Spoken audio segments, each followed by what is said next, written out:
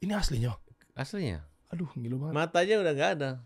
Sampai hari ini Agus belum tidak menikmati uang tersebut. Masa? Tidak. Kan katanya bukan buat berobat tapi malah buat foya-foya, maaf. Ya, yang jelas Kita kasih solusi.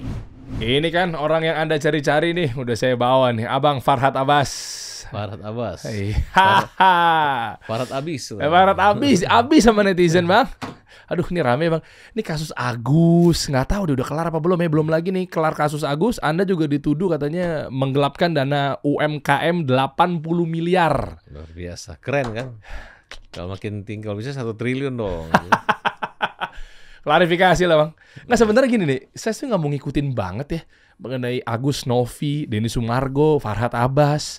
Ini kan rusuh ya. Iya. Tapi kan masalah uang kan sensitif, makanya kasih solusi ini adalah channelnya atau tempat nongkrongnya ekonomi kreatif atau ekonomi mikro, karena lintas uang yang berputar ini kan bahaya kalau nggak jelas gitu lah. Nah, jadi mau bahas dari mana dulu ya? Mau dari Agus dulu apa Anda naikin dikit, Bang? Ya gitu ya. Agus dulu apa mau? Agus dulu aja kali ya. Iya. Uang belum cair, Farhad Abbas murka dengan tingkah donatur Agus yang malah tuntut pengembalian dana. Sampai hari ini Agus belum tidak menikmati uang tersebut. Masa? Tidak. Kan katanya bukan buat berobat tapi malah buat foya-foya, maaf. Ya, yang jelas yayasan sudah mengakui ada uang 1,3 miliar di yayasan. Terus apa uangnya mana lagi yang mau diambil? Coba nih salah satu ya. Bentar. Ini kan Novi bikin konten. Dia nampung duit. Nampung duit itu kan nggak tahu lah mesti di. Nggak gitu. Gimana sih? Novi menyadari bahwa yayasannya tidak punya izin untuk mengumpulkan dana. Yayasannya itu bukan yayasan seluruhnya, tapi hanya yayasan ODGJ. Ya. Nah, sedangkan ini orang tunanetra. Nah, akhirnya Novi ketemu podcastnya Densu. Ya. Kemudian Densu mengumumkan ada orang yang cacat karena disiram matanya pakai air keras. Nah, silahkan menyumbang seikhlasnya. Langsung bayar dong, transfer ke Dikasih nomor rekening. Boleh nggak sih kayak gitu, Bang? Ya boleh, kayak masukin uang ke masjid aja. Masuk. Oh, karena pribadi ya? Ya. Bukan nampung duit orang. Kalau nampung duit orang kan mesti Kementerian Sosial atau OJK gitu misalnya. Ya, atau Novi punya yayasan. Atau resmi yayasannya, Resmi. legal. Tapi ini kan langsung pribadi.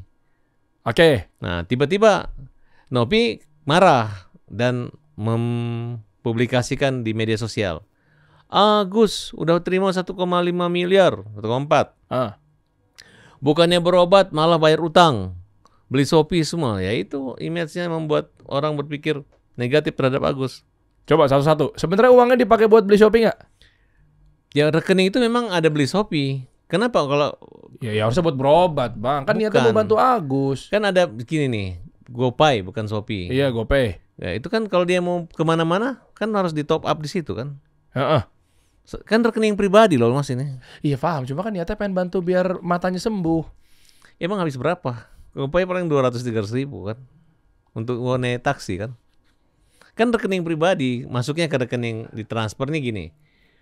Uang itu ditransfer 250 juta ke istrinya. Kan awalnya Agus kan tidak diberi penjelasan. Hanya dibilang minta nomor rekeningmu Gus, nanti orang nyumbang. Kan berpikirnya begitu. Jadi kalau udah uangnya dia, berarti kan dia Punya hak. Itu serah, oke. Nah, Sepakat nih, terus? Oke, sepakat. Dan Agus pergi, uangnya ada, masih utuh. Hanya kepake kurang lebih 98. Tapi sudah dikembalikan sebagian. Dan Denny Sumargo udah menyatakan dia akan menggantinya. Selesai kan? Tidak ada masalah. Tapi bentar ya Bang, maaf nih. Jadi itu adalah sumbangan Denny Sumargo terhadap Agus. Ya udah selesai. Tapi ngopi ngeroceh terus, ngomong podcast. Tujuannya membuli Agus. Alasannya? Ya, ngejek supaya orang membenci si Agus. Nggak, tapi ditarik lagi duitnya tuh dasarnya apa? Minta duitnya? Kan udah buat Agus. Ya itulah, ditakut-takutin. Kalau? Ditakut-takutin bahwa akan dilaporkan ke dinas sosial. Maksudnya Anda mau bilang bahwa Novi juga minta jatah? Enggak. Karena awalnya kan sebenarnya yang bersengketa ini adalah Farhad Abbas, Novi, Denny Sumargo, Agus. Ya. Tiba-tiba masuklah beberapa lawyer. Lawyer ring 1, ring 2, ring 3. Nah, tiba-tiba majulah membela Novi. Nah, sebagian disuruh mundur, disuruh untuk dipecah-pecah menjadi pengacara donatur, muncullah gugatan. Jadi Agus ini dilaporin pidana. digugat perdata. Padahal kita udah jelas-jelas, hei para donatur yang punya uang, ada kurang lebih 500 orang. Sini lo, ambil di kantornya Alpinlim uangnya. Nggak mau juga ngambil. Tapi malah katanya menyuruh Pablo untuk mewakili donatur. Jadi dibuat ribet. Dibuat kontentor. Nah, sehingga negatif gitu. Negatif Agus yang dipikir gitu. Padahal uangnya ada di mana? Di yayasan. Dia menggugat oleh pengacara yang, kalau saya kan jelas, saya cuma satu. Uang Agus kembalikan ke Agus untuk kepentingan pengobatan Agus. Karena peruntukan manfaatnya awalnya adalah buat Agus. Kalau itu selesai, gue nggak lihat kiri kanan lagi, selesai. Kalau mereka tidak terbalik, membela Novi, mundur, membela donatur, habis itu membela Novi lagi, kemudian bersama lagi, bersekongkol, konspirasi. Ngelawan saya, ntar saya pastikan dia nggak oke, jadi KO. Nah, kemudian, uangnya kemana? Uangnya nggak habis, ada sama Novi, yayasannya. Kemudian kalau donatur ada, silahkan ke kantor Alpinlim. Mana orangnya, mana bukti transfernya. Kalau ada bukti transfernya, kita ganti. Kan simpel kan? Nah, nanti kalau uangnya kembali, baru Agus ganti ke Alvin, kan selesai. Kalau enggak ya, kita kalah. Rugi uang kita. Nggak mau. Malah punya ketingkat pedulian yang tinggi. Mulai waktu tinggi.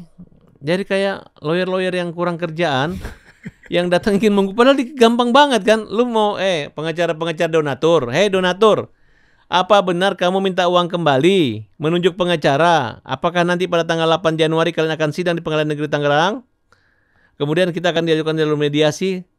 Kurang lebih 500 donatur yang memberi kuasa dan menunjukkan surat kuasa asli. Kemudian menunjuk pengacara. Kemudian tampil prinsipal langsung untuk proses mediasi tanpa diwakili. Apa bisa terjadi seperti itu? Sedangkan sebelum kalian menggugat, kita sudah mengatakan akan mengganti kembali uang kalian dan silakan ambil. Kita mau foto. Mana orang yang sudah menyumbang minta kembali. Bahkan menggugat, melaporkan pidana. Termasuk Alvin Lim? Enggak, Alvin Lim tidak. Alvin Lim ya. itu bagian dari saya. Ya. Tapi ini mereka adalah Pablo, Parisman. Ya. Kemudian siapa ya? Berapa orang lagi itu? Jadi Agus yang harusnya matanya direkonstruksi kembali sehingga ada kelopak dan mata operasi, sampai hari ini nggak diobat-obati, sampai matanya buta banget, nggak bisa diapa-apain lagi. Jadi air matanya sudah membeku menjadi daging. Akhirnya mungkin dulu masih bisa diobati, ada matanya hitam, sekarang udah nggak bisa lagi. Tiap hari dibikin menangis, tiap hari dibikin stres, tiap hari dibikin konten oleh mereka-mereka. Bahkan terakhir Nopi bersama dengan Yolo menggunakan konten orang buta dengan menggunakan tisu. Iya. Nah, itulah yang diserahkan yang di akunnya Puji, yang akhirnya dibantah oleh bapaknya Puji. Ya kan? Ya, kalau kita mengatakan nama Puji, ya kita nggak bilang Puji anaknya Faisal, tapi Puji. Siapapun yang punya akun itu, kalau memang dia anaknya Faisal, dia yang kita laporkan. Kalau Pujinya anaknya Roma Irama, anaknya Roma Irama yang kita laporkan. Kalau Pujinya anaknya Farhad Abbas, anaknya Farhad Abbas kita laporkan. Wah, ini kompleks juga ya. Tapi sebenarnya Agus sakit, bla bla bla bla itu sebenarnya, maaf nih Bang, ini cuma saya nyampein dari netizen doang nih. Sebenarnya Agus buta nggak? Buta. Mana buktinya? Ada buktinya. Ini saya nyampein dari netizen nih. Saya juga jadi penasaran nih. Ya, maksudnya ada yang bilang katanya nggak buta, ada yang bilang ini udah pernah dibahas di media. Oh, ini aslinya. Aslinya. Aduh, gila banget. Matanya udah nggak ada. Ini media udah pada tahu belum? Tunjukin nih. Ini belum nyampe di media nih. Berapa yang kondisi terakhir? Matanya udah nggak ada dua-duanya. Nggak ada. Nanti kalau biar lebih jelasnya lagi bisa kirimin ke aku ya Bang ya. Saya kirim. Kita munculin di layar. Jadi udah clear ya. Berarti beneran Agus buta dan sama sekali belum dipakai buat berobat uangnya.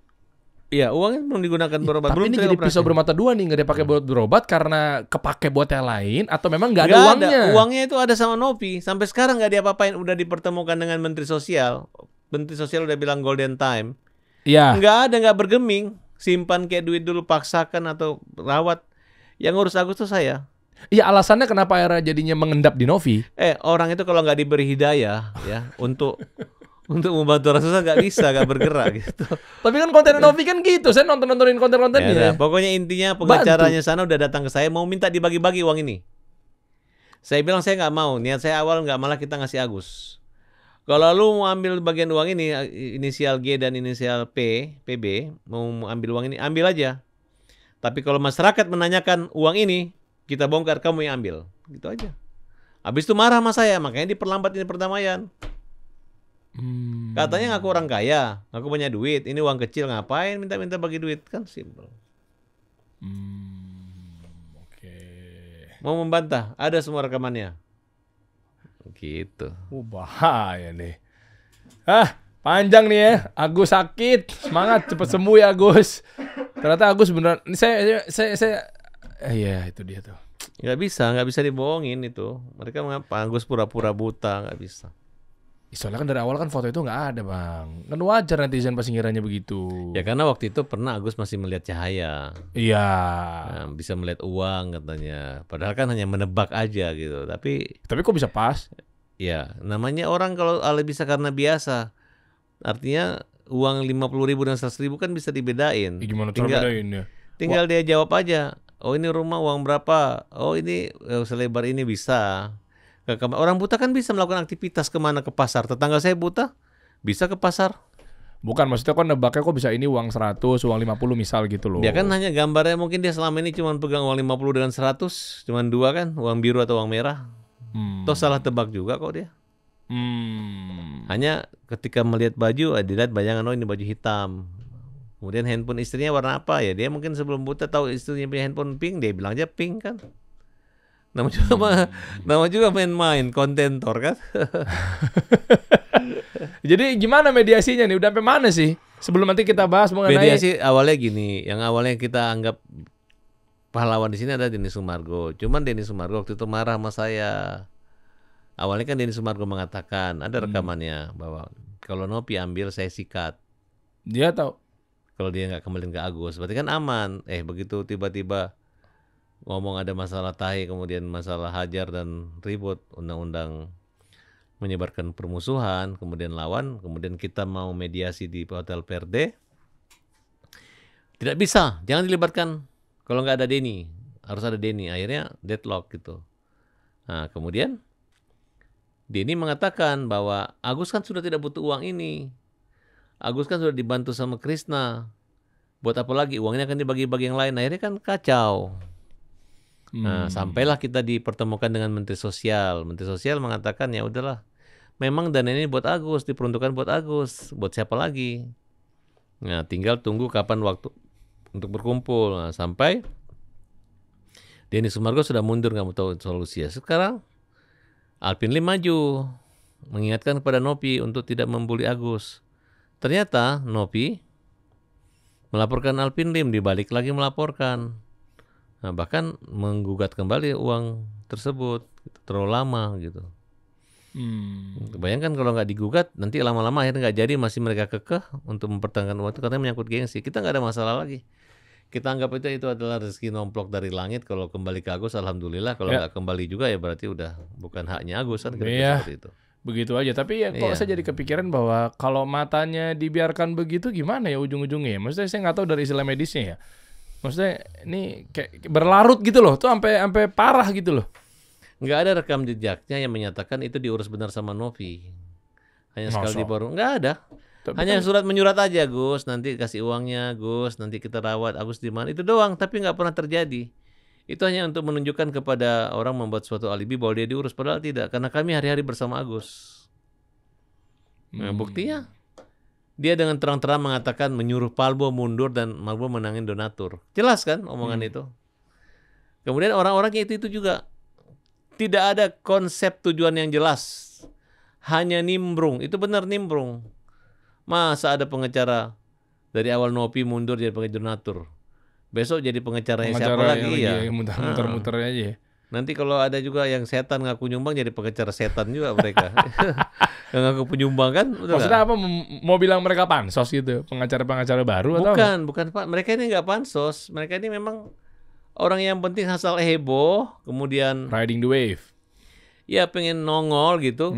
Seolah mau bicara bolak-balik. Enggak, kamu tuh diketawain orang. Karena uangnya Agus itu belum nyampe ke Agus, masih di sana berputar-putar gitu.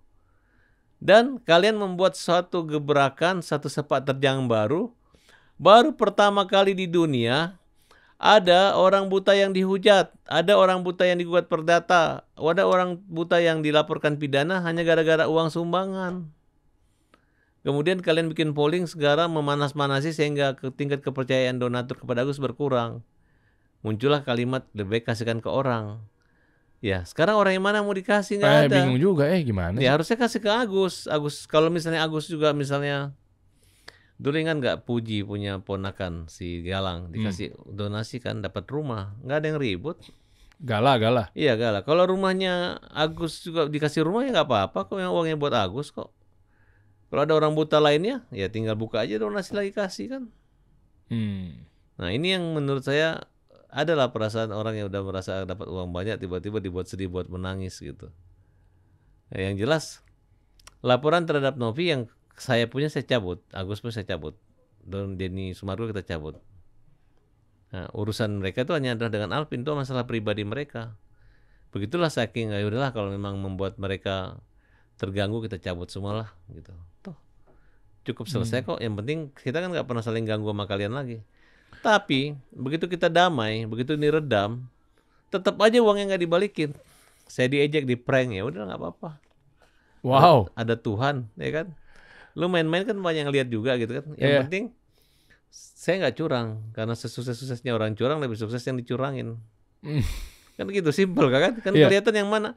Kelihatan kok, masa kalau mereka bilang wah Pak Harhat itu terlalu keras, Pak Harhat itu melaporkan orang, iya ngapain? Yang di samping gue ini orang buta. Di negara tetangga, terutama negara Asia, khususnya Hong Kong segala macam, itu orang buta diladeni dengan baik. Orang disabilitas dapat gaji, dapat pelindungan, dapat biaya perawatan.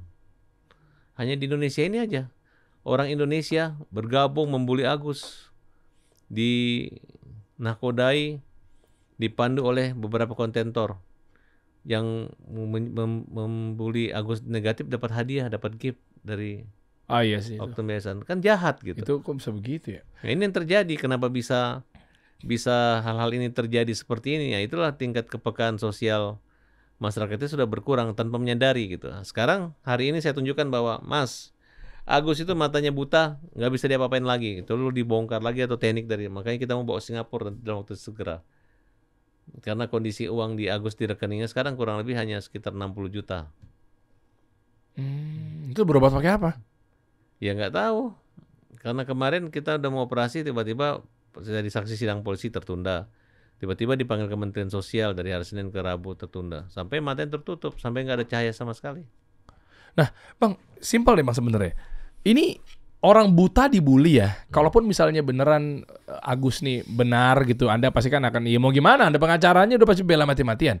Simpelnya gini, kenapa akhirnya kepercayaan masyarakat turun terhadap Agus? Karena pintar sekali Novi dan apa nih? timnya. Anda jangan fitnah beneran. Benar? Pintarnya Kan gimana? dia ngomong, wah Agus, uangnya ada 1,4 kok pakai BPJS. Marah orang kan? Oh. Sekarang juga saya aja ke Jakarta Center, Jack, itu Pak ini dia TBC, ya tetap lanjutkan aja pakai BPJS di Ciptonya. Nggak langsung suruh pindah ke situ. Memang ada termin waktunya, ada yang sampai 3 bulan sampai sembuh gitu antibiotiknya. Nah, kemudian kulitnya di sana, ya selesaikan dulu. Nanti bulan depan pindah gitu. Bukan berarti langsung ada uang langsung pindah langsung dioperasi, nggak seperti itu. Tapi inilah yang dimainkan sama dia gitu. Uang bagi-bagi ini dikira uang warisan. Orang pikir uang habis, padahal uang di rekening Novi 1,3 miliar. Ada buktinya? Ada buktinya. Bahwa emang uang itu masuknya ke rekening Yayasan Peduli Kemanusiaan. Tapi sekarang nggak diputar dong, masih ngendap. Nggak diputar, kan? Gendap aja gitu. Hanya keras-kerasan hati gitu. Ya berarti kan dia nggak tahu malu, itu uang orang, bukan uang yayasan ya, uangnya Agus. Kita aja salah transfer aja nggak bisa langsung suruh orang balikin, nggak bisa langsung bank langsung pindahin kok. Udah uang pemilik dianggap itu. Oke. Sementara Agus ada niat hati buat balikin waktu itu ya? Nggak ada, dia nggak mau balikin, dipikir ya nanti dipantau penggunaannya gitu. Tapi sekarang udah mulai berubah, udah masuk otak sana, udah ribet Mas. Saya udah jujur aja saya ngelihat. Tapi mungkin niatan Novi baik juga kali, orang nggak dipakai juga di yayasan. Maksudnya emang sengaja disimpan, diamanin sampai clear dulu Iya, gimana? sampai matanya Agus membatu dan air matanya membatu. Itu yang baik gitu. Oh ya enggak. Cuma kan maksudnya kan ini biar clear dulu, jangan sampai salah gitu Nggak loh. bisa. Kalau namanya pertolongan pertama aja harus di dalam keadaan darurat harus ditangani walaupun nggak ada uang dioperasi. Ini uang udah nggak diapa-apain, pasif gitu. Iya, ini jangan sampai salah maksudnya, diamankan gitu loh. Iya, Buktinya kalau kepake sama Novi baru salah dong. sehari 2 hari ini udah 3 bulan begitu mulu, ya kan? Ya kan? Nov, gue nggak bisa bela lu, Nov. Gue udah cari-cari celah nih. Gue nggak tahu, lu jalan sendiri.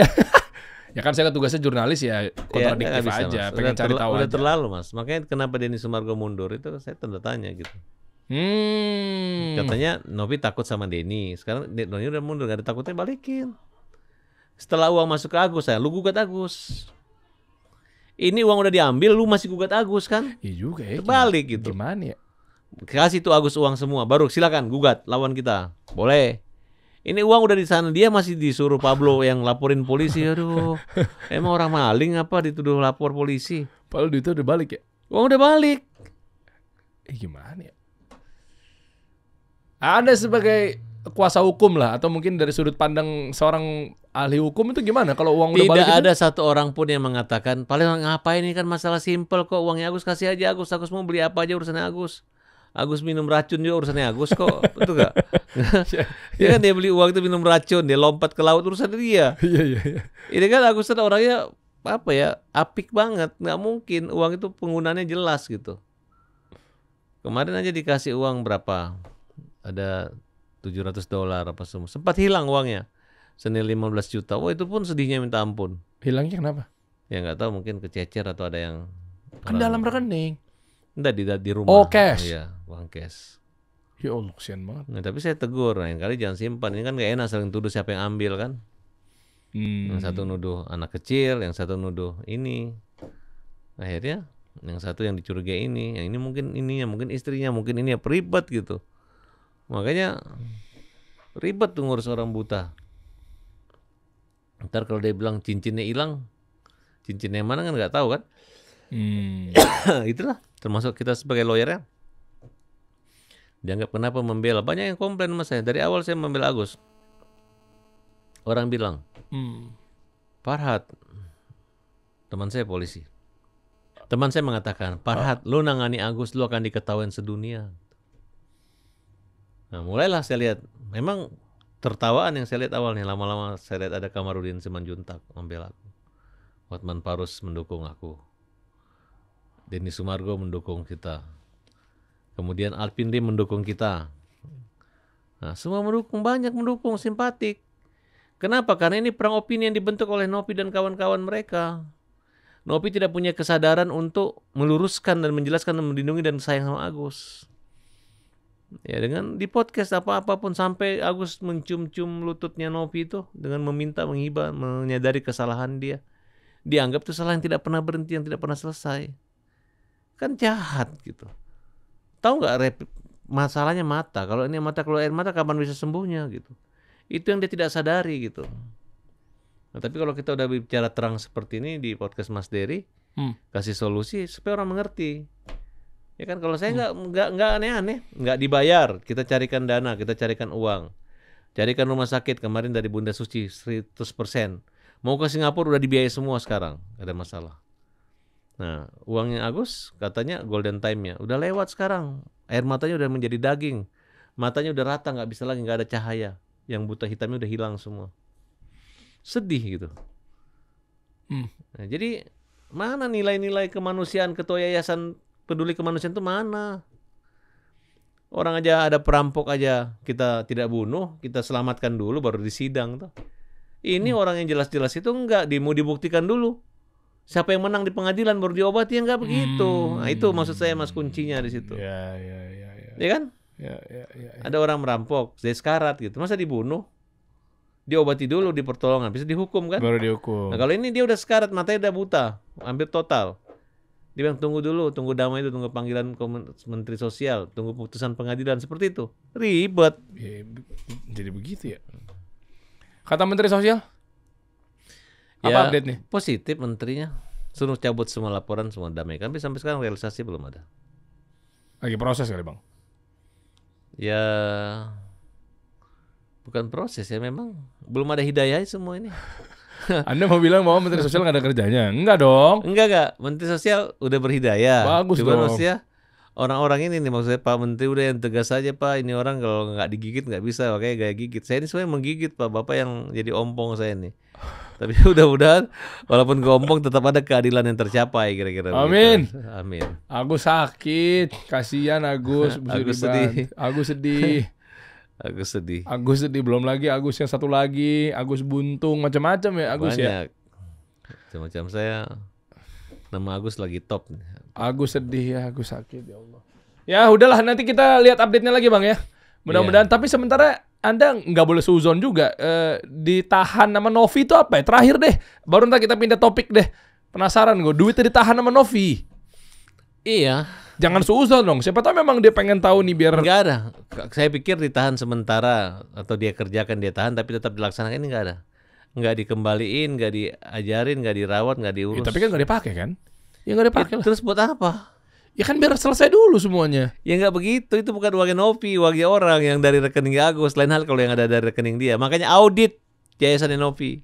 Nah, yang harus dipertahankan itu kalau uang itu masuk ke yayasan dia, ini kan uang itu masuk ke rekening Agus. Dan ketika dia ambil itu dan dengan akal-akalan Gary, kemudian dia berjanji bahwa nanti Agus kapanpun mau diminta bisa dikembaliin. Nggak ada. Ribet. Kalau perlu uang 5.000 perak atau uang 5 juta, pakai dulu uang pribadi nanti dirembes gantinya katanya. Ya udah, terus ngapain? Makanya kan saya sempat mengatakan begini aja lah. Suruh Gary dengan Novi ke rumahnya Agus, tidur situ bikin kamar. Jadi nyatat sayurnya berapa, ikannya berapa, kan ribet gitu. Nggak segitu ya juga kali. Uang donatur tapi diatur gitu kan. Iya, Ya kan? iya. Dan kasihannya lagi nih melibatkan semua keluarga, kasihan banget. Itu rumah mereka kecil. Itu nggak ada mereka beli apa barang. Begitu saya podcast, saya taruh di TikTok saya, mulailah orang bantu chat, bantu kursi, bantu kasur, bantu AC, selesai. Ya udah dapat hidayah itu gitu. Cuman saya nggak mau terlalu terang-terangan. Kenapa? Saya fokus kita aja bantu pribadi dan jangan terkesan kita komersilkan Agus, itu aja. Coba dari segi hukum deh, misal anggaplah udahlah bukan takdirnya lah, uangnya udahlah terserah deh Novi biar ada urusannya dia. Misalnya ternyata misal nih Novinya udah keras tetap, ya udah tinggal urusan dia sama yang di atas, sama Allah gitu misalnya. Ya kan udah di akhirat terserah dia dinampung. Kalau sekarang ini gue buka lagi nih Bang. Misal kita bantu nih sebagai media, dia transfer ke Agus. Itu secara hukum gimana? Ini sekarang nih gue buka nih. Sekarang versi Denny Sumarko part 2 nih. Ya udah teman-teman, kasihan udah nggak ada harapan deh, udah capek deh, udah biar urusan Novi sama Allah udah ntar di akhirat gitu misalnya. Ya kalau emang Novi benar jadi benar, kalau Novi salah ya udah dapat hukuman dan ganjarannya. Kalau kita langsung suruh transfer gimana? Kalau kita bilang teman-teman yang sudah pernah bantu Agus kan masih ada nomor rekening Agus. Nah, kalau kalian ini tidak ada kaitan bantu atau menyarankan, tapi kalau kalian kasihan sama Agus, transfer lagi lah bantu dia.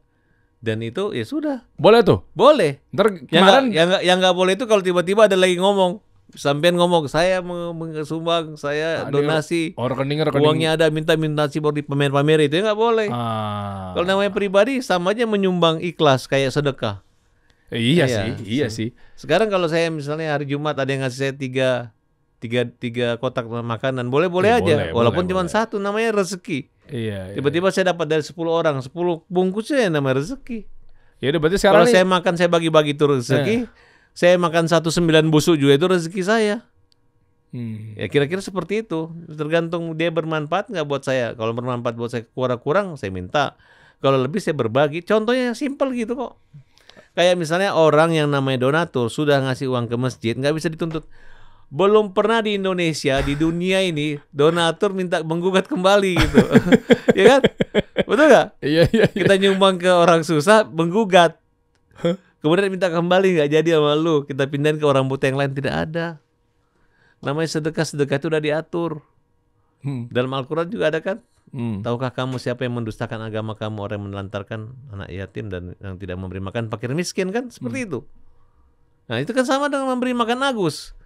Tidak pernah punya rumah, dia punya, dibeliin rumah nanti, dibeliin mobil. Iya juga sih. Tapi dia buat cerita. Ini bukan buat beli mobil, buat rumah, ini buat sakit ya. Berobatnya pun sekarang mungkin nggak perlu lagi biar pengobatan tinggal kulit. Uangnya kemana? Buat siapa?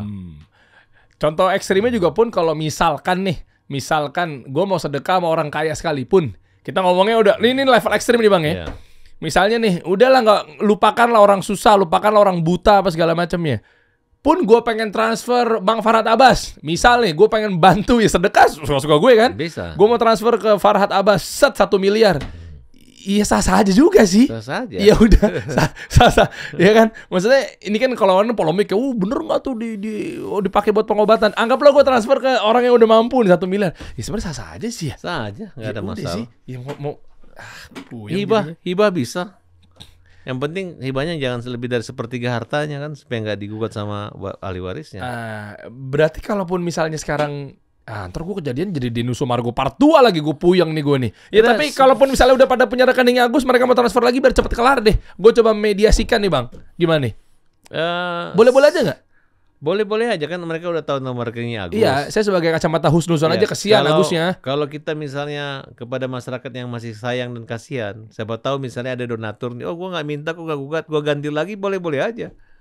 Kan periodisasi untuk pengumpulan dana itu kan ada waktunya. Misalnya selama 3 hari. Nah kalau Nopi kan prinsipnya 3 hari donasi, sisanya lewat dikasih ke ODGJ. Nah kalau Agus dia mau seluruh uangnya Agus, saya juga nyumbang juga Agus. Setelah bulan November saya nyumbang. Kalau saya nggak usah pakai begitu-begitu, langsung aja udah di sono, udah ke Agus. Ngapain gue nampung-nampung duit orang? Terus gue jadi Novi part 2 lagi. Kalau nyampung salah, tapi kalau masukin ke rekening Agus, Yuk silakan. silakan. Banyak kok, ada yang nyumbang 505 juta langsung ke rekening Agus lagi setelah saya nyumbang, nggak ada masalah. Tapi yang jadi persoalan tingkat kepercayaannya gimana? Ini penonton-penonton gue nih, gue nggak tahu nih ada di kubu Novi apa ada di kubu Agus nih. Saya nggak masalah sih mau kubu-kubuan, tapi yang jelas Agus itu belum menikmati uang yang kemarin yang dinikmati oleh yang dari Novi itu. Oke, anggaplah misalnya saya baik sangka nih, udah terserah deh. Misalnya mau Anda bermain, Agus bermain, nggak maksud nuduh lah ya, misal gitu ya. Kan Allah yang maha tahu cuma Allah. Maksud gue kalau gue bilang bahwa yaudah nih, kirim aja sono. Hafal nggak nomor rekeningnya? Nggak hafal. Saya juga nggak mau bilang juga nomornya sekian. Terserah kalian cari tahu. Ntar Bisa. salah lagi ya. Enggak, saya nggak mau ngajarin kirim ke nomor Agus, nggak mau. Ya kalau kalian mau bantu Agus, datang ke rumahnya, telepon lawyernya, telepon istrinya Agus. Asal selama itu rekening nama Agus atau nama istrinya, sah-sah aja. Oh saya paham nih, maksudnya Anda nggak mau jadi kayak kesannya Novi kayak kerjanya enak banget gitu loh gitu ya. Aku bukan ahli open donasi, nggak mau.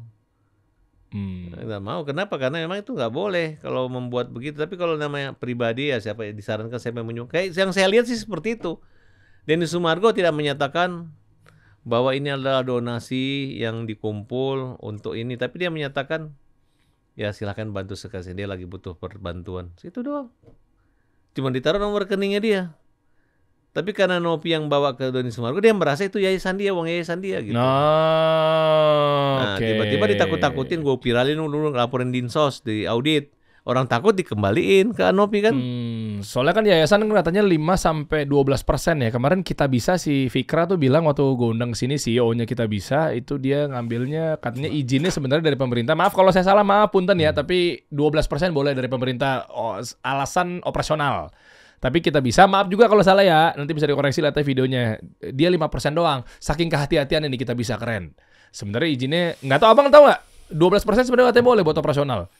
Iya ngapain? Enggak, ini misal. Nah mungkin Novi merasa bahwa kayak misalnya pun dibenarkan 12%, ya lu harusnya kasih 12% ke gue dong, gitu kali. Ya kan udah gue kan udah ngambil semua sama dia. Tinggal dia potong aja kan kalau memang begitu aturan dan kebutuhannya. Iya. Ini coba contoh ya. Contoh iseng ini, maaf nih izin ya. Bukan maksudnya ikut campur di tengah-tengah nih. Cuman kalau orang tanya kemana uangnya, kita bilang 12% ke yayasan, kan simpel kan. Iya ya. Betul nggak? Iya, Kecuali kita ya. larang. Berapa total masuk? 1,4 miliar. Bulat nih. Iya. Kok bisa bulat banget? 140 bagi 4. Mau bagi berapa persen? 10%. 12. 1,4 kan? Iya. 1,4 kali 12%. 150 juta. Sama dengan 168 juta. 168 juta. Ya Iya. udah, berarti harusnya kalaupun misalnya mau pakai aturan ini, misalnya dibenarkan ya. Tapi ini kan berarti- uangnya kan bukan dari yayasan, dari kemana? Dari Agus. Iya, ya harusnya balikin ke Agus, misalnya mau pakai hitungan 12%, balikin ke Agus 1,1 miliar 232 juta, 168 jutanya masukin yayasan Novi, gitu kan ya? Ini hitung-hitungan gembel-gembelannya aja deh. Ya kalau memang ada aturan begitu ya nggak ada masalah gitu. Tapi masalah 1,4-nya masih nangkring di Novi ya. Sama dia semua. Harusnya kalaupun misalnya mau pakai aturan seperti ini, Novi misal contoh 168 juta Anda tahan, kasih ke Agus 1.232 juta. Dan Novi juga harus terbuka berapa uang masuk melalui yayasan dia untuk Agus pada periode tersebut kan? Iya, dia audit aja. Ya tidak terbuka. Boleh nggak di PPATK?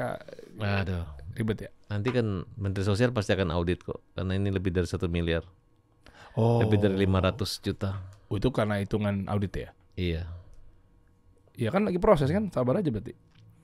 Iya kan? Pokoknya mereka belum dapat hidayah aja mas.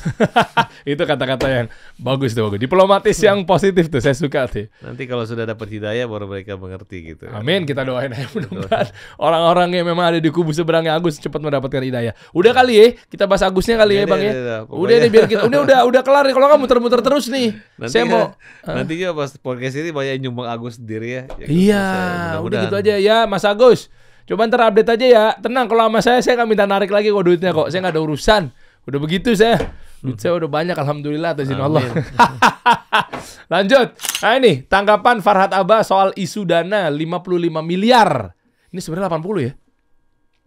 Dari Anda awal, katanya penggelapan uang 80 miliar uang dari komunitas UMKM. ya kan saya bilang udahlah kalau memang alhamdulillah kalau dapat 80 miliar ya berarti silakan. Sekarang siapa yang punya, siapa yang pernah menitipkan kepada saya, silakan datang. Oh saya nggak tahu kan kata Bu Elsa Syarif aja. Enggak, kalau saya kan mengakui oke 80 miliar. Kita nggak bantah. Mau diapain? Punya utang sama UMKM mana? Itu nggak ada. Itu semua adalah gini nih ceritanya. Itu dulu ada program Mimiles yang dimana kalau investasi sistem top up, nah, misalnya kalau pasang uang 10 juta dapat motor atau mobil, nah, dengan pembelian slot iklan. Nah jadi komunitasnya, aplikasinya itu adalah pembelian slot iklan. Jadi iklan itu misalnya yang 5 juta, yang 10, yang 100 dapat mobil Alphard selama 3 bulan. Tapi mereka diiming-imingin bahwa uang akan tetap ada, dapat lagi hadiah. Nah, itu makanya nggak tahu gimana caranya ada yang dapat hadiah, senang orang gitu. Nah, tapi Anda masih skema Ponzi. Nah, tiba-tiba itu aja udah salah ya, skema itu salah kan? Iya. Nah, tapi pada saat persidangan bebas karena dianggap itu adalah pembelian slot iklan. Itu yang disampaikan oleh Sanjay. Nah, di sini anehnya kok Sanjay kepada ibu-ibu ini yang katanya UMKM. UMKM itu bukan usaha menengah kecil mikro, tapi ya, dia menyebut ini istilahnya UMKM sehingga terbentuk seolah-olah kita ini nipu UMKM. Padahal terserah Mas mau bilang aja Yayasan Taman Kanak-Kanak boleh, Yayasan Manula boleh. Nanti Farhad menipu Manula kan kesannya begitu yang dibentuk. Di framing. Framingnya akhirnya mereka datang ke rumah kita, demo, taruh rangkaian bunga kematian, bikin pokoknya demo lah gitu. Mungkin malu ke rumahnya Elsa Syarif, Vidi, ke rumah saya. Nah, kemudian kita udah laporkan pidana. Terakhir mereka datang ke rumah Bu Elsa Syarif yang mengakibatkan Bu Elsa Syarif ini sakit jantung, dioperasi, dibalon langsung malam itu. Dirawat 4 hari di rumah sakit, kemudian kita laporkan dalam proses. Mereka kejar di rumah sakit. Nah, di rumah sakit katanya nggak ada Bu Elsa, dibilang saya pembohong, dilaporkan saya. Jadi yang saya lawan ini penjahat, bukan orang kaya yang punya uang, enggak gitu. Kalau orang kaya enggak kayak gitu, laporin aja hukum. Kalau memang ada uangnya 80 miliar dengan saya, tinggal angkut kan. 80 miliar kan banyak kan? Iya banyak lah. Ya, kalau dia misalnya 80 miliar bayar saya resmi, berarti kan itu hak saya. Tapi kalau uangnya nggak ada 80 miliar, nuduh saya berarti berarti dia laporan palsu kan? Bisa digugat balik ya? Bisa dilaporkan pidana. Boleh minum? Boleh dong. Keleo yang soalnya biasanya saya per 2 menit minum nih karena Bang Dery yang wawancara jadi gua tahan nih. Udah mau 30 menit gua baru minum nih. Tegang kan masalahnya kalau di sini kan kita harus tajam Bang. Jadi nggak boleh setengah-setengah. Lu kayak rapi ya kalau cara ngomongnya. Bapak utusan presiden. Aman. Siap. Berarti ini hoax nih ya, clear ya? Iya, ini bukan hoax. Ini ada aturan. Tadi katanya nggak ada. Uang 80 miliar hoax. Ya, Okay. uangnya Bu Elsa itu kemarin sudah kumpul mereka dan minta ditanyakan pada kabur semua. Siapa yang terima uangnya? Sebutkan aja. Apa dasar penerimaan uangnya? Gitu. Jangan di framing seperti itu. Nah, kemudian mereka sudah kita laporkan polisi dan mereka sudah laporkan polisi. Mereka ini siapa? Ya itu pemilik uang udah melaporkan polisi. Tapi dia ada keluar rekening, ada cash out bukti 80 miliar. Kemana? Nggak ada. Yang punya buktinya itu hanya 30 miliaran. Itu ditransfer ke rekening Bu Elsa. Itu resmi. Saya sudah periksa semua, jasa lawyer segala macam resmi. Ada surat pernyataan, bukan uang member, tapi uang mereka dan tidak bisa dituntut. Selesai. Lah kok bisa ngomong 80 miliar? Karena kalau misalnya si India ini dituntut untuk mengembalikan uang, kan dia bebas nih, uangnya kembali kurang lebih 700 miliar. Harusnya dia kembaliin dong kalau memang itu uang investasi. Tapi karena dia merasa bukan investasi pembelian surat iklan, dia nggak kembaliin. Nah, supaya kesannya dia baik, dia pura-pura ada duit gue diterima Elsa Sarip. Nah, nanti gue kalau udah ditagih itu gue gantiin lu gitu. Gitu ngomongnya. Akhirnya orang semua ngejar Elsa Sarip gitu. Oh. Paham kan? Ya gitu. Padahal kalau mau ya kejar aja Indianya. Kemudian yang Indianya ngejar Elsa Sarip, kan selesai. Jangan si Andi Ripaldi ini dapat ongkos operasional kemudian mengajak orang menyerang ke sana supaya orang lari, dan daripada tujuan utama minta India bertanggung jawab atas kerugian mereka. Karena memang itu untuk pembelian slot iklan. Tapi orang ini dibodoh-bodohin seolah-olah ini investasi yang tidak akan menguntungkan dan akan kembali uang dan dapat hadiahnya gitu. Ponzi. Berarti kan kalau Ponzi bisa ada pasal berbeda lagi tuh kan, katanya itu nggak resmi ya? Ya memang, tapi waktu itu karena COVID saksinya kurang segala macam, bebas tuh di pengadilan negeri maupun di Mahkamah Agung. Ya sebenarnya taruhlah bebas, kan ada uangnya kan? Iya. Nah, dia nggak mau kembaliin kan? Malah bikin lagi yang Cinta Mimiles yang baru. Ya harusnya polisi menyidik itu.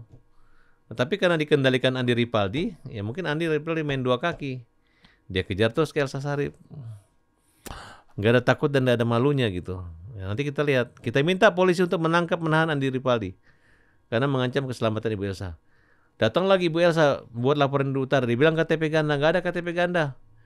Alamatnya Ibu Elsa 2 betul, tapi kenapa dia pakai alamat utara? Karena takut rumahnya diteror terus sama UMKM ini.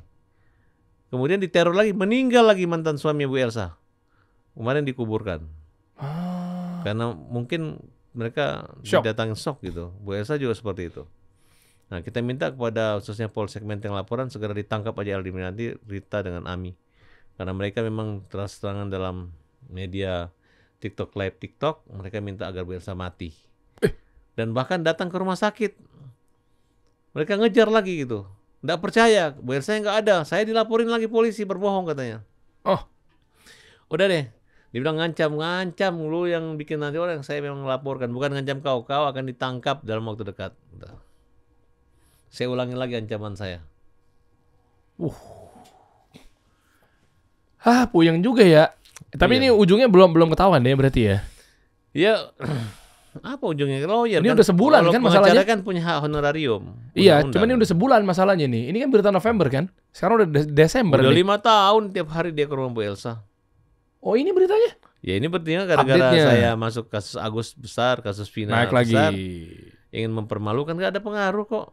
Mana bukti kau bayar saya sini? Kalau selama uang titipan saya balikin. Di audit aja dua-duanya. Berani nggak Bang? Iya. Kan dia punya bukti, dia kan nggak laporin saya. Yang dilaporkan cuma PD dengan Elsa. Saya kan tidak ada. Saya kan lawyernya Elsa Sarip. Iya, cuma ya harusnya dari dia dulu ya ngeluarin ya. Iya, lapor saya dulu kan. Gitu, bahwa Farhad mencuri ya. Oke. Berarti kan enak berlawanan dengan saya. Wong saya bukan dilaporin, mas saya membuktikan. Betul nggak? Iya. Wah, bahaya emang. Panjang ya nanti udah Agus, udah UMKM 80 miliar, kata penggelapan, penadah, macam-macam lah. Ini berita-beritanya nih pas nih aja nih channel buat biar kebuka nih teman-teman pengusaha nih, hati-hati dalam melangkah karena aneh-aneh. Coba lihat lagi. Tadi yang umur 29 tahun mana tuh? Nah, ini sekalian kita bahas nih. Bongkar harta fantastis Farhad Abbas. Punya 300 miliar harusnya kan? 300 miliar. Iya kan bukan 300 juta nih. Iya, 300. Jadi Abang Farhad Abbas ini punya uang 300 miliar saat di usia 29 tahun, benar? Hampir. Hampir 29 tahun. Enggak, itu aset aja. Asetnya 32 sebenarnya, 29 32 ya.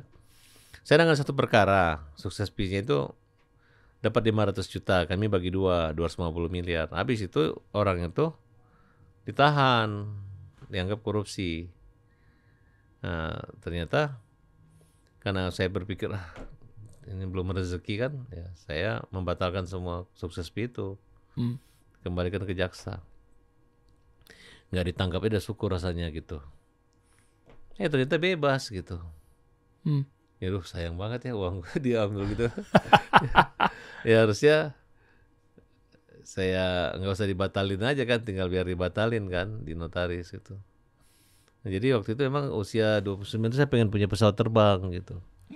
Jadi dengan kekayaan sejumlah itu saya berpikir lebih dari pesawat terbang kan, pesawat paling harga waktu itu pesawat yang kecil yang paling 20-30 miliar kan. Atau kalaupun 100 miliar kan masih ada 150 lagi kira-kira gitu. Nah akhirnya bebas orangnya, akhirnya kita pikir wah kekayaan kita. Saya sering menceritakan teman-teman bahwa setiap hidup itu kan ada target gitu. Kayak saya dulu kuliah udah bisnis, kemudian saya pengen membahagiakan orang tua, pengen beliin orang tua rumah, mobil, nyenangin orang tua dulu sebelum kawin gitu, nikah. Karena kalau suatu saat kalau gue udah nikah, kemudian dapat istri yang pelit, kan tidak bisa berbakti sama orang tua kan gitu. Jadi aku sebelum lajang itu aku sudah nyenangin orang tua gitu. Bahkan sekarang pun sudah bercerai 10 tahun pun saya mulai berpikir saya kalau mau dapat rezeki senangin keluarga dulu gitu. Karena kalau kita udah berumah tangga ini kan sudah milik keluarga kan, bukan milik orang tua lagi. Cuma kan boleh aja kalau mau kirim orang tua. Nggak, waktu cerita yang dulu gitu. Nah akhirnya ya memang beban itu saya selalu mengajarkan teman-teman, udahlah sebelum menikah kamu kan dari kecil diurus orang tua, jangan orang tua lagi mampu buru-buru cepat anak cucu gitu kan. Pokoknya senangin orang tua dulu. Nah, karena target cari uang itu kan sebenarnya nggak harus 20 tahun 30 tahun, dalam setahun 2 tahun kita bisa menghasilkan cuan kok. Asal kerja baik dan profesional gitu. Waktu itu memang bergaul gitu. Nah, waktu memulai karir pengacara di Kota Bandung, saya dari zaman kuliah saya udah bergaul, saya udah ikut kelompok fitness, ikut kelompok kendaraan, sudah bergaul. Akhirnya dengan kemampuan berkomunikasi dan punya jaringan pertemanan, akhirnya bersambut. Di samping ada keberuntungan, memang awalnya kan mulainya saya jadi pengusaha di bidang rotan, perdagangan. Mulai kami di Kota Cirebon.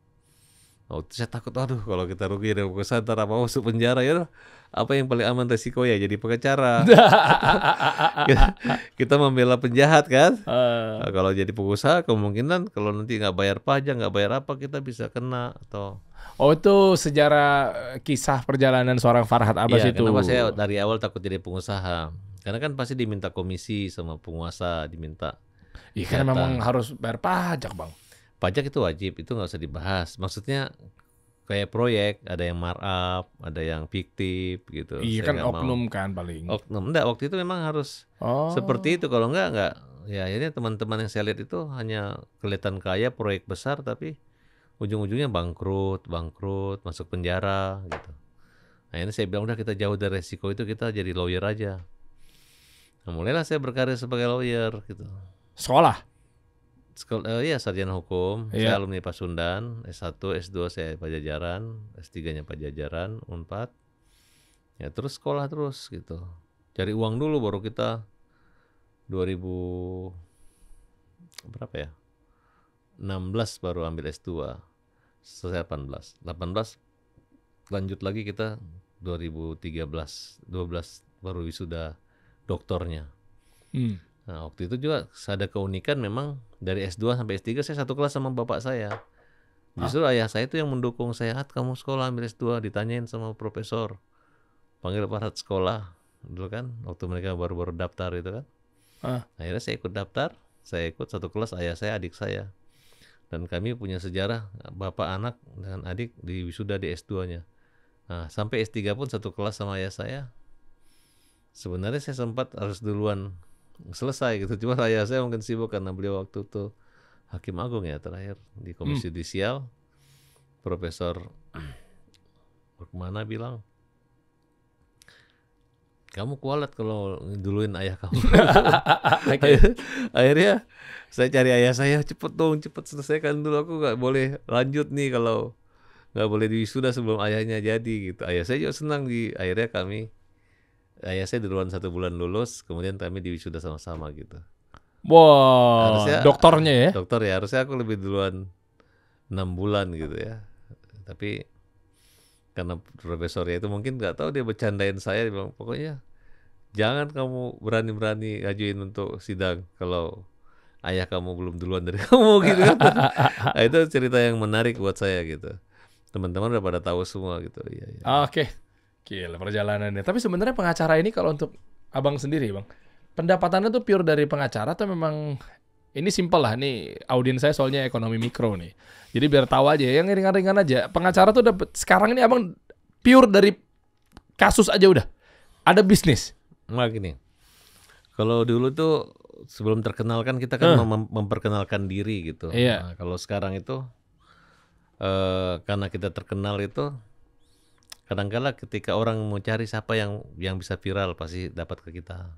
Siapa yang berani kasih ke kita. Siapa lawannya ini pasti ke kita. Nah tidak harus, kalau saya tangani itu harus saya lapor polisi atau harus saya gugat perdata.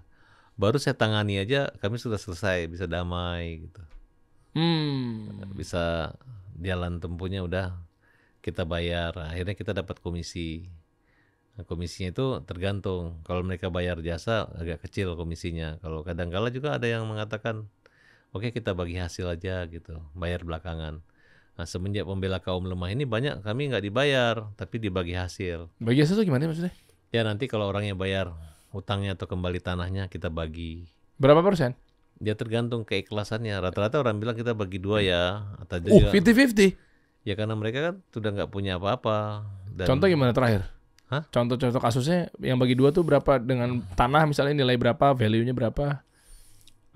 Ada yang kemarin itu ya, tapi banyak juga klien yang jujur, yang fair kan. Ada juga yang mau mengakal-ngakali dengan cara mencabut kuasa atau main-main gitu. Tapi kita kejar terus. Kita gugat, kita laporkan pidana perdata gitu. Ya misalnya berapa? Misalnya kayak Agus nih 1,4 miliar. Berarti nanti kalau jebol Kalau oke Agus- menang, kalau abang Agus- dapat 700 juta. Kalau Agus enggak. Masa nggak ada duitnya? Karena dia penyakit badan gitu. Berarti abang nggak dapat duit sama sekali? Nggak sama sekali. Sama sekali? Nggak ada niat untuk Nah, terus malah. kenapa rata-rata aku mau nanya nih, penasaran nih bang, pengacara ngebelain kaum lemah itu apa segala macamnya, izin ya kalau salah ya, maaf ya, karena memang pamor, pansos, duitnya dari mana, kan nggak ada duitnya. Kan Apa sih bang? setelah mereka mengatakan, aduh untung ada Bang Farhad, kalau nggak hancur kita katanya gitu. Kan dia kan harusnya ini nggak jadi masalah kalau Novi melindungi mereka kan. Hah? Tapi jadi berlawanan dengan Novi gitu. Kalau nggak ada saya kan yang nggak meluruskan seperti apa yang saya jelaskan sama Mas tadi kan. Orang selalu berpikir uangnya habis buat bagi-bagi warisan. Ya kan? Tidak dana peruntukan. Iya, tapi Anda dapat dari mana? Nah ini yang menarik. Selama saya menangani perkara-perkara begitu ada aja rezeki. Dari? Ya yang sudah kasus sudah selesai dia membayar. Siapa dianya? Ya klien-kliennya saya nggak Nah, sebut apa ya. Iya betul, tapi kan orang susah. Misalnya kan banyak di bukan. pengacara-pengacara yang bela orang susah deh. Ada juga loh ya. Maksudnya gini, yang orang susah kita tidak pungut bayaran. Tapi ada juga orang kaya yang nggak punya uang.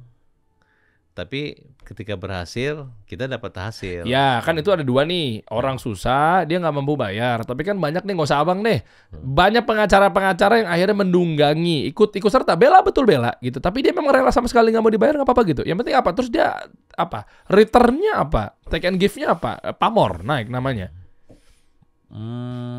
Belum tentu juga. Banyak juga kalau kita hadapi lawan yang pintar memutarbalikkan fakta, justru membuat pamor kita turun gitu. Oke, terus tujuannya apa? Membela yang lemah, kan ada Ya, ibu-ibu kalau maling sudah- sendal di penjara, maling Sudah ayam kita di penjara. membela udah capek nggak? Kalau mundur lebih parah gitu. Iya, maksudnya duitnya dari mana? Ya dari Allah duit ya. Masya Allah. Jadi maksudnya Iya sih. kita diberi kesehatan aja udah kita sehat nih, daripada orang bayar mahal pengacara lagi kena sakit segala macam. Nah itu saya lihat. Kedua, cara berkomunikasi ke media sosial, medianya itu kan kita lebih mudah dan kita lebih berpengalaman gitu. Sehingga kalau menghadapi dengan media sosial, perang media ini orang kan sampai no viral no justice kan. Iya. Tidak viral tidak ada keadilan. Nah, jadi memang dibutuhkan pengacara-pengacara yang handal di bidang media komunikasi, public speaking yang bagus. Nah, itu sudah merupakan senjata. Tapi menurut saya jangan diputarbalikkan fakta. Kayak misalnya Farhad Abbas dipecat Agus, siapa yang dipecat? Ya kan? Nah, gitu. Oke, kalau yang orang kaya nggak punya duit, pengen dia menggugat bahwa ada tanah atau mungkin aset senilai 10 miliar, jebol tuh 10 miliar, bagi dua kata berarti abang dapat 5 miliar, orang itu dapat 5 miliar. Ya, tapi kan kadang-kala proses biasa 8 tahun nggak beres-beres. Oh, jadi Tapi- cash flow-nya agak deg-degan juga ya pengacara ya? Iya, kalau kebetulan lawyernya yang lawannya juga takut banget ya damai. Ada juga baru disomasi aja orang udah bayar gitu kan. Oh, oke. Ya serba salah, kadang-kala kita somasi orang bayar, klien juga kadang-kala nggak ikhlas, kok pekerjaan gampang mahal bayarnya kan bisa. ada juga yang susahnya kecil tapi resikonya panjang, ada sidang gugatan, akhirnya kita yang bilang loh kok udah kerja macam-macam kok gue cuma 20%, nggak adil. Nah ada juga klien gini nih, udah nggak ada uangnya, kerjanya berat, hanya mau ngasih 10%. Nggak ada duitnya. Yang bisa diambil lah kerjaannya. Enggak, saya balas lagi. Gini, Bapak ke laut, ke sana ya. Bapak tangkap ikan. Nanti setelah ada hasilnya, Bapak kasih saya 10%. Bapak saya kasih 10%, saya ambil 80%. Gitu aja saya bilang. Nggak ada bedanya kan? Iya. Dia kan mau ngasih saya 20% atau 10. Ah. Tapi nanti bayar belakangan, nggak boleh di muka gitu. Saya balik, ya Bapak ke laut sana ambil ikan. Nanti saya kasih Bapak 70%, saya 30 aja gitu. Nggak ada bedanya kan? Iya. Akhirnya mereka mengerti. Tapi sebenarnya tujuan jadi membela itu kan sebenarnya sama-sama kita merasa memiliki. Yang pertama tidak berkhianat, tidak dua kaki, ikhlas dan punya semangat juang. Pinter dan punya lobby yang bagus. Lobby itu tidak harus nyogok. Lobby itu harus meyakinkan, cara berkomunikasi baik pembuktian maupun saksi sehingga majelis yakin gitu. Dan kita jangan macam-macam sama gue. Kalau lu macam-macam sama gue, menjolimin klien gue, masa lalu itu bukan sama Farhad Abbas tapi sama Tuhan. Karena segala keputusan dibentuk oleh penyidik maupun penegak hukum maupun hakim itu pertanggungjawabannya sama Tuhan. Nah, di situ kadang-kala mereka kalau hampir selama ini ada beberapa sih masih terakhir ini kasus Vina kan. Oh ya, Vina. Nah, kasus Vina itu saya kan sudah betul-betul Ada di kubu mana? saya di kubu Saka Tatal yang kita anggap bahwa Saka, ya. ya kasus ini Katanya ngarang cerita Saka katanya.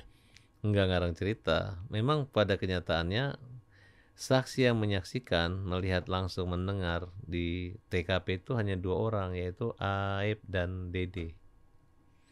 Dua saksi ini tidak dihadirkan ke pengadilan. Kenapa? Disumpah aja. Karena kalau dihadirkan ketahuan bohongnya sama hakim, makanya tidak dihadirkan. Hakim pun percaya omongan dia. Kok bisa? Ya biasa, makanya kita anggap itu penyidikan yang tidak scientific crime investigation, tidak berdasarkan ilmiah maupun pembuktian yang profesional. Nah, tapi si Dede malah mencabut laporannya dan siap dipenjara kebohongannya gitu. Nah, kemudian dari visum kan tidak ada menyatakan itu diperkosa, yang ditemukan ada sperma itu pun setelah dikubur 14 hari apakah masih ada sperma gitu. Itu menurut saya bingung. Kemudian pada saat kita PK ini hakim ketua majelis yang ditunjuk adalah hakim yang 15 hari pensiun sebelum dia mengambil keputusan. Lah, Hakim militer lagi gitu. Makanya saya melihat Mahkamah Agung tidak terlalu serius, harusnya terhadap perkara yang menarik perhatian itu harus serius gitu untuk menjaga marwah dan Mahkamah Agung. Kemudian saksi-saksi sudah mengatakan seperti itu.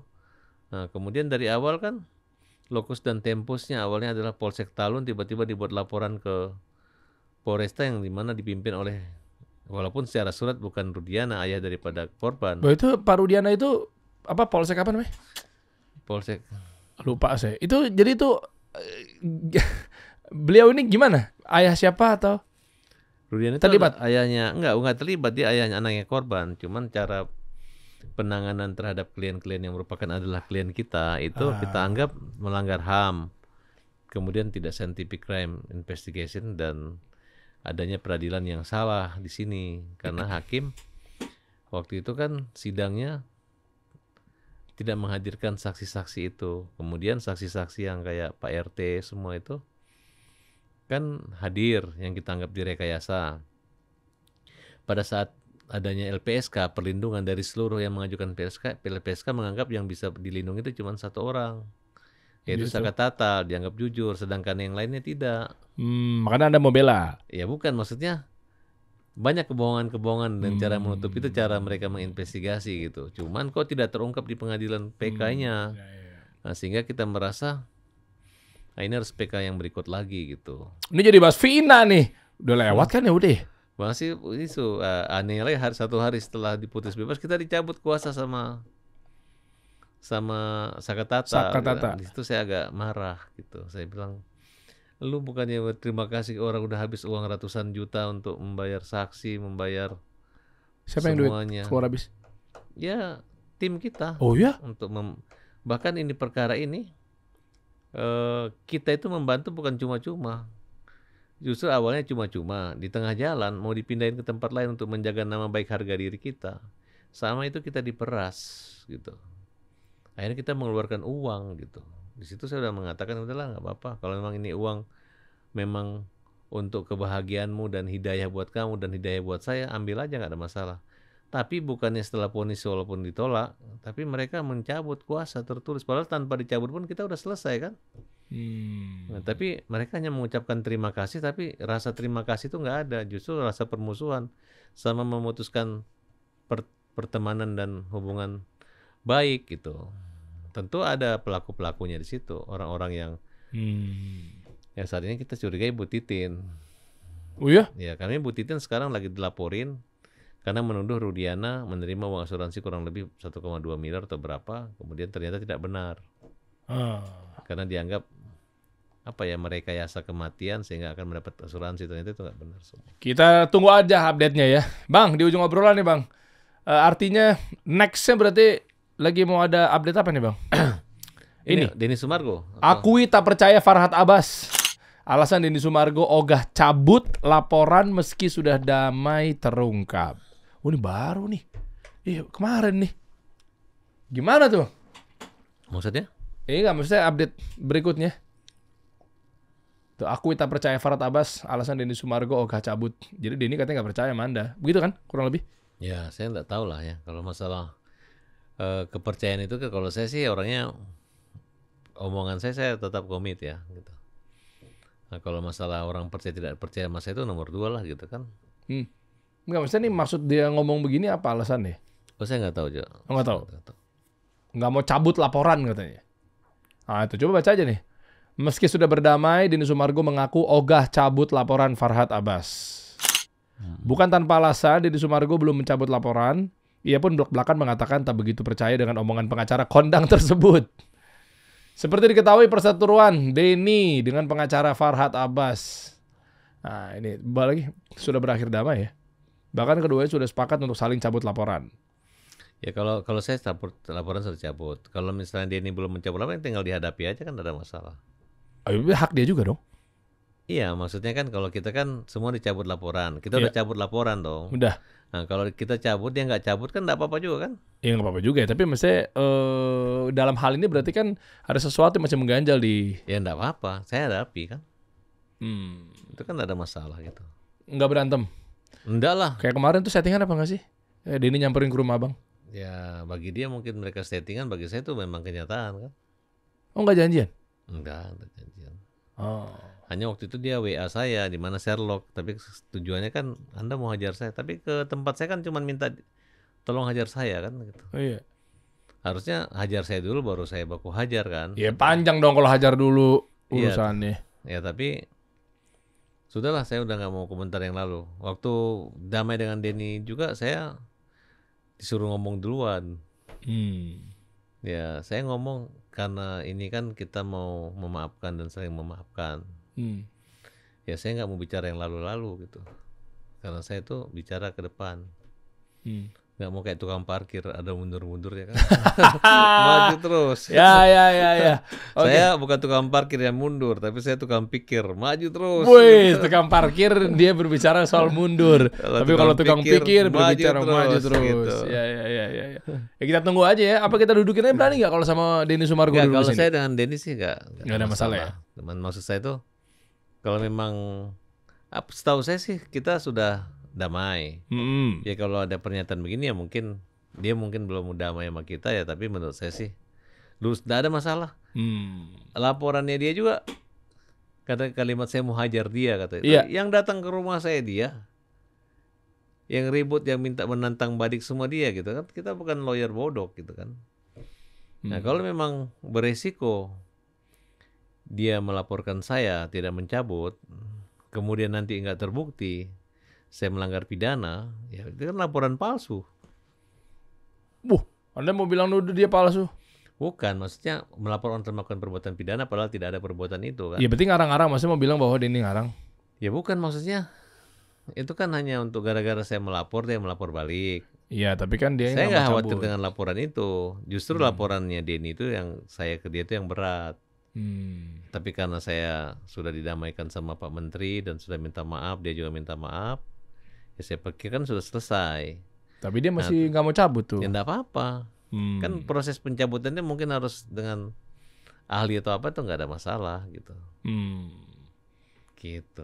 Udahlah, daripada puyeng-puyeng, kalau saya mendingan ya ngeliatin begini mah intinya bisnis aja, usaha aja. Bantulah usahanya adeknya, Bang. Ya, adik saya tuh Iya dong, bener punya udah fokus di bakso. bisnis. Ya bukan masalah mau geser karir dari pengacara ke sana. Ini rehat dulu lah. saya juga rencana mau buat ini usaha apa ya, bikin PMP, bikin restoran kuliner dengan nama Farhad Abbas Resto Wah, sini kita atau bantu garap. PMP Farhad Abbas ya kan. Jadi orang minimal kalau nggak suka PMP tahu oh ini punya Farhad, beli kan gitu. Insyaallah. Baru mau bikin.